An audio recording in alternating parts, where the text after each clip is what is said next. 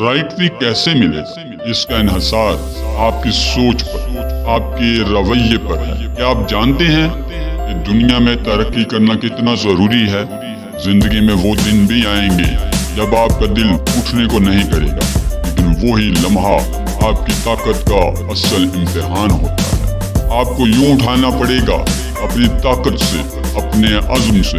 उठो, सख्त बनो और निकालो उसको जो तुम्हें डीमोटिवेट कर रहा है। कोई तुम्हारी मदद के लिए नहीं आएगा और यही बात आपको सबसे ज्यादा मजबूत बनाती है। अच्छे की उम्मीद रखो, लेकिन लोगों से ये तवक्को ना रखो जो आपका हाथ थामेंगे। आप और अल्लाह हैं और यही सब कुछ है। याद रखें, कभी कभी इंसान को अकेले ही लड़ना पड़ता है और यही अकेलापन आपको मजबूत तरीन बनाता है। अपने रवैये को बदलें और अपने आप को पहचानो, चट्टान बन जाओ। और ये आपकी दिमागी हालत से शुरू होता है।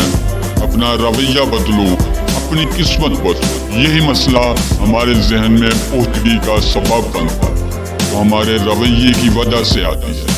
ये मैं नहीं कह रहा, बल्कि कुरान मजीद में अल्लाह ताला फरमाते हैं, बेशक अल्लाह इंसान पर जुल्म नहीं करता, इंसान खुद अपने ऊपर जुल्म करता। ऐसे गलत रवैये से यहाँ पर मैं आपको चंद गलत रवैये बता रहा हूँ जिसकी वजह से हम नाकाम हो जाते हैं। और खास तौर पर मेरे नौजवानों, सुनो, अपने कंफर्ट जोन में बैठना, बस मुझे कोई ना कहे, मैं मजे में रहूं, ये सोच, ये रवैया आपको नाकामी की तरफ ले जाएगा। सबसे पहले ऐसे लोग जिंदगी में गिर जाएंगे, क्योंकि जैसे ही कंफर्ट जोन से बाहर निकलेंगे बस रोना धोना शुरू कर।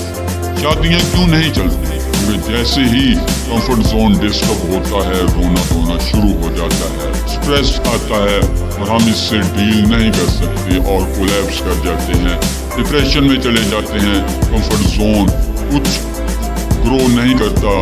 यही वजह है कंफर्ट जोन में रहने वाला बंदा कभी भी तरक्की नहीं कर सकता।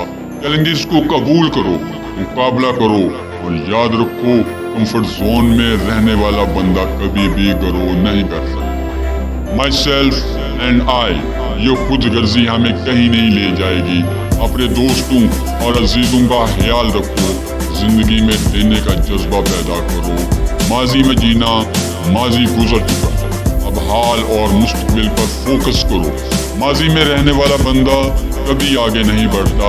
अपने माजी से सीखो, लेकिन इसमें मत फंसो, आगे बढ़ो, नई कामयाबियों के लिए तैयार हो जाओ। छोटा सा वाकया सुनाता हूँ कि बशीर अहमद साहब ने अपने पोते को गोद में उठाया और खिड़की की बाहर दिखाया। बाहर देखो, कितनी खूबसूरत दुनिया है, लेकिन बच्चा सिर्फ एक मरी हुई मक्खी को देख रहा था। यही हमारी जिंदगी का मसला है।